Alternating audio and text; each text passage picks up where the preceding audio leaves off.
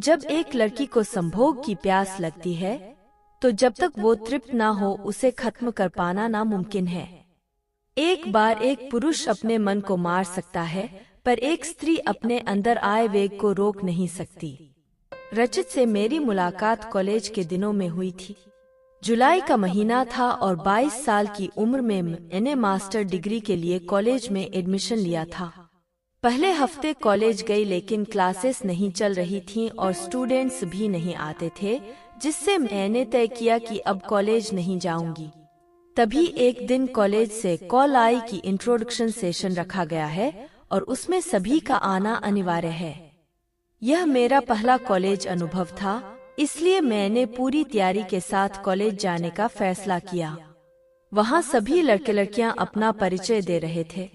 लड़कियां आत्मविश्वास से भरी हुई थीं, लेकिन अधिकतर लड़के थोड़े संकोची लग रहे थे। तभी रचित स्टेज पर आया। उसके आत्मविश्वास और ड्रेसिंग सेंस ने मेरा ध्यान खींच लिया। उस दिन से रचित मेरा पहला क्रश बन गया। यही नहीं, कई और लड़कियों ने भी रचित को लेकर वही भावनाएं महसूस की।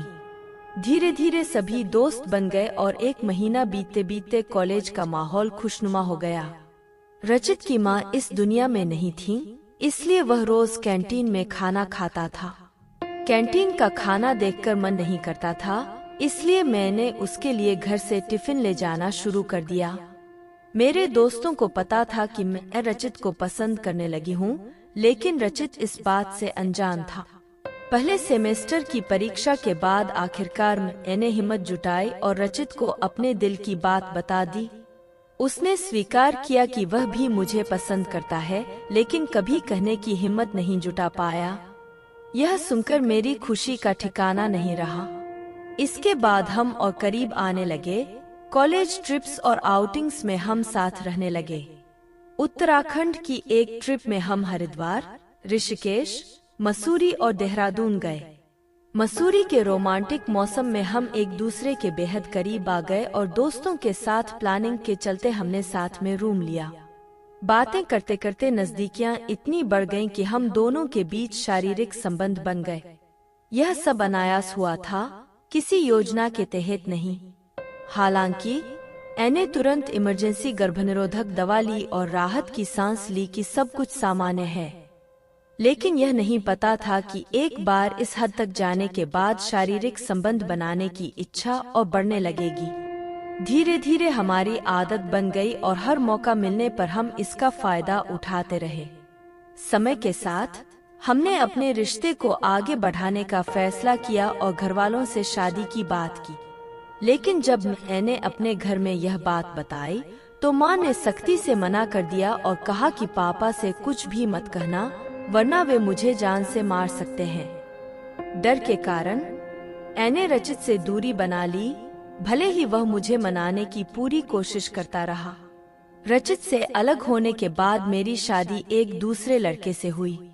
सब कुछ सामान्य था, लेकिन 3 साल बीत जाने के बावजूद मैं गर्भधारण नहीं कर पाई।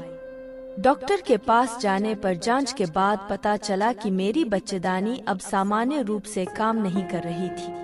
डॉक्टर ने मुझसे पूछा कि क्या मैंने कभी इमरजेंसी गर्भनिरोधक गोलियां ली हैं, और इस सवाल ने मुझे भीतर तक हिला दिया। उन्होंने बताया कि यही मेरी समस्या की जड़ थी और अब मुझे आर्टिफिशियल बेबी इम्प्लांट करवाना होगा, जो काफी महंगा और जटिल प्रक्रिया थी। उस दिन घर आकर मैंने बहुत रोया, क्योंकि मुझे एहसास हुआ कि क्षणिक सुख के लिए किए गए फैसले का असर मेरे पूरे जीवन पर पड़ा है। यह गलती मैं किसी को बता भी नहीं सकती थी और इसे छुपाना भी मुश्किल था। आज के दौर में बहुत सी लड़कियां ऐसे फैसले लेती हैं, लेकिन मेरी सलाह यही होगी कि जो भी करें सोच समझकर करें। वर्तमान की छोटी खुशियों के लिए भविष्य को खतरे में डालना सही नहीं है। दोस्तों, अगर आपको यह वीडियो थोड़ी सी पसंद आई है तो वीडियो को लाइक करके अपने व्हाट्सएप ग्रुप में शेयर कर दीजिए, और अभी आप इस चैनल पर नए आए हैं तो आप इस चैनल को सब्सक्राइब जरूर कर लीजिए। आपको ऐसी वीडियो रोज देखने को मिलेगी।